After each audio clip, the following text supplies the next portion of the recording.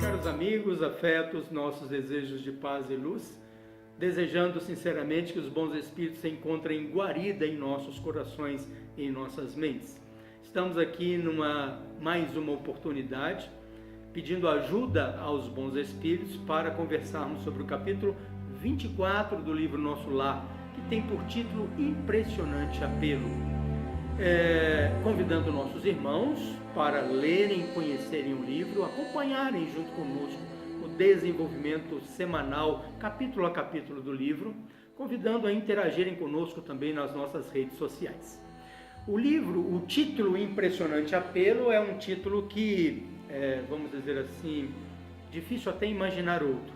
No capítulo anterior, no capítulo 23, Lísias e André Luiz tinham sentado um ao lado do outro, do lado de um aparelho receptor radiofônico.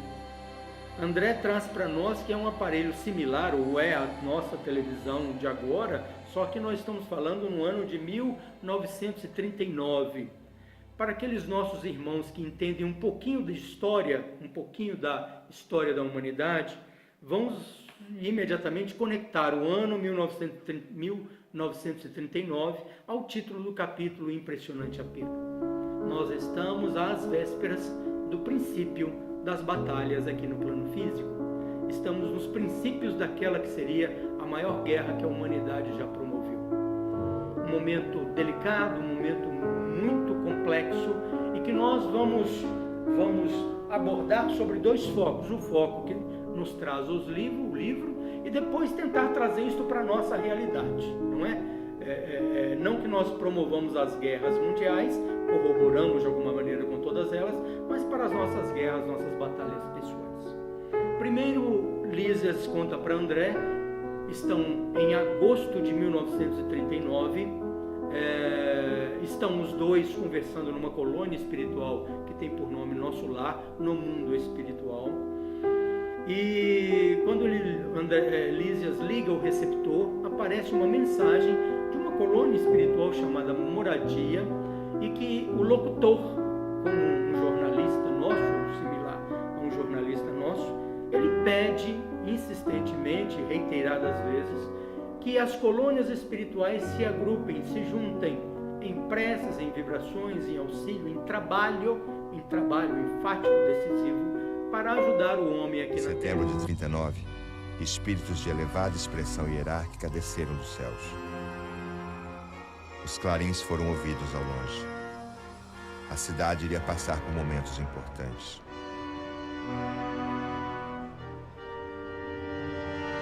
Amados irmãos, cidadãos de Nosso Lar, ministros,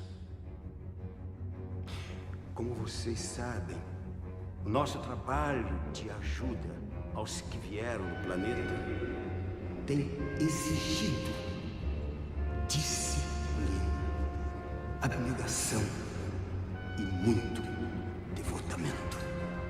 O processo de renovação da vida humana chega ao ponto de ebulição.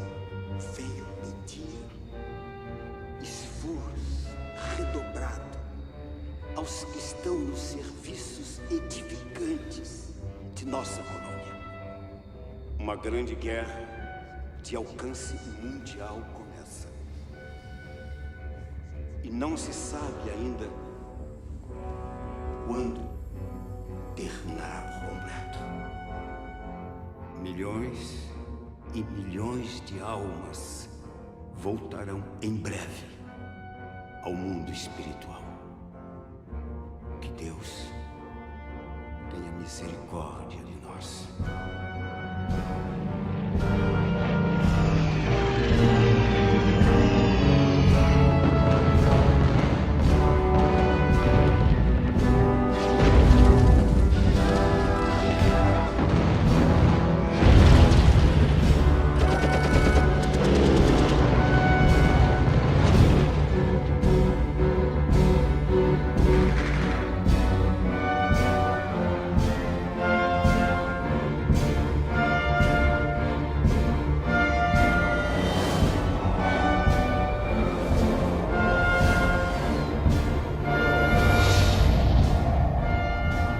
Todas as cidades espirituais ao redor do planeta se unem em rogativos e trabalhos de paz.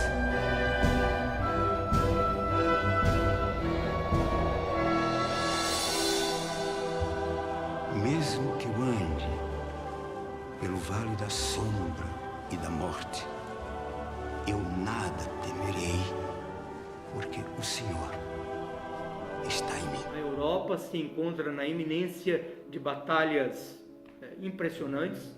A América em pouco tempo entraria nessas batalhas também. A Ásia quase na sua totalidade envolvida em guerra também.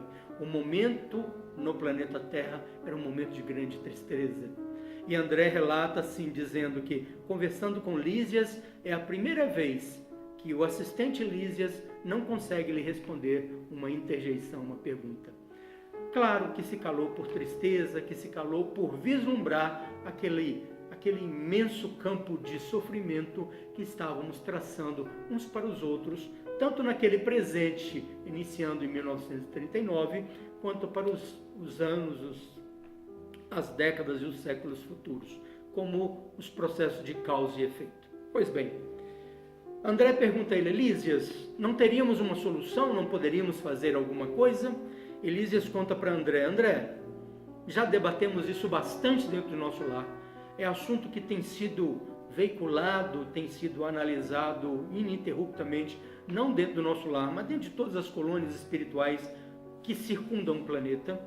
E numa determinada ocasião, um dos ministros da União Divina, do mais alto escalão do nosso lar, disse em uma palestra assim que o homem se intoxicou severamente com os seus pensamentos, seus atos de orgulho, de vaidade, de egoísmo. E numa simbologia ele diz, é como um homem glutão, um homem que come muito e se empanturrou demais de alimento e agora vai passar pelos processos de limpeza do campo orgânico. É inevitável. O próprio ministro da União Divina disse que avançado estágio de orgulho, avançado estágio de vaidade entre os dirigentes, entre os povos, entre os governos, a eclosão da guerra era absolutamente inevitável naquele momento. Meus irmãos, nós todos conhecemos bastante as tragédias disseminadas nesta fase triste da história de nossas vidas. Muitos, milhões e milhões de irmãos perlustram ainda os mundos espirituais, perlustram o plano físico, resgatando débitos desta época e de outras épocas também. Porque aquilo que nós escrevemos dentro da lei, nós vamos ser convidados a buscar dentro da lei e a ressarcir a lei à vida no seu devido tempo. Nós vamos agora aproveitar esta ideia do ministro da União Divina, onde ele coloca o ápice do orgulho, o ápice da vaidade, do conflito, o conflito dos orgulhos, o conflito dos egoísmos e das vaidades, como origem das guerras. E voltando à nossa realidade, minha realidade, sua realidade, a realidade das pessoas com as quais nós convivemos. Nós, às vezes, podemos sentir que não somos os responsáveis pelas inúmeras guerras que hoje tem no planeta. Mas o nosso campo mental diz que é o contrário.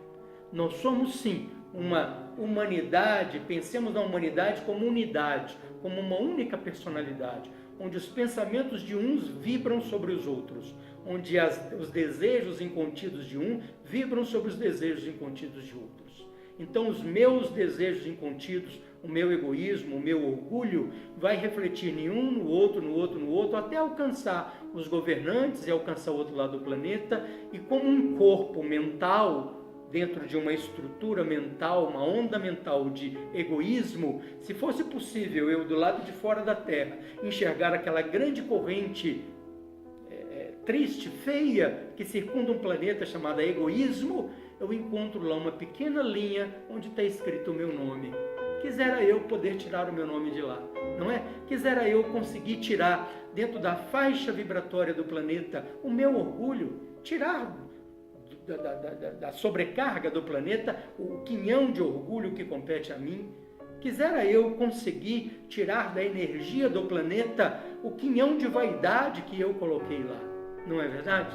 E aí voltando ou remontando a nossa estrutura de família, nossa estrutura social.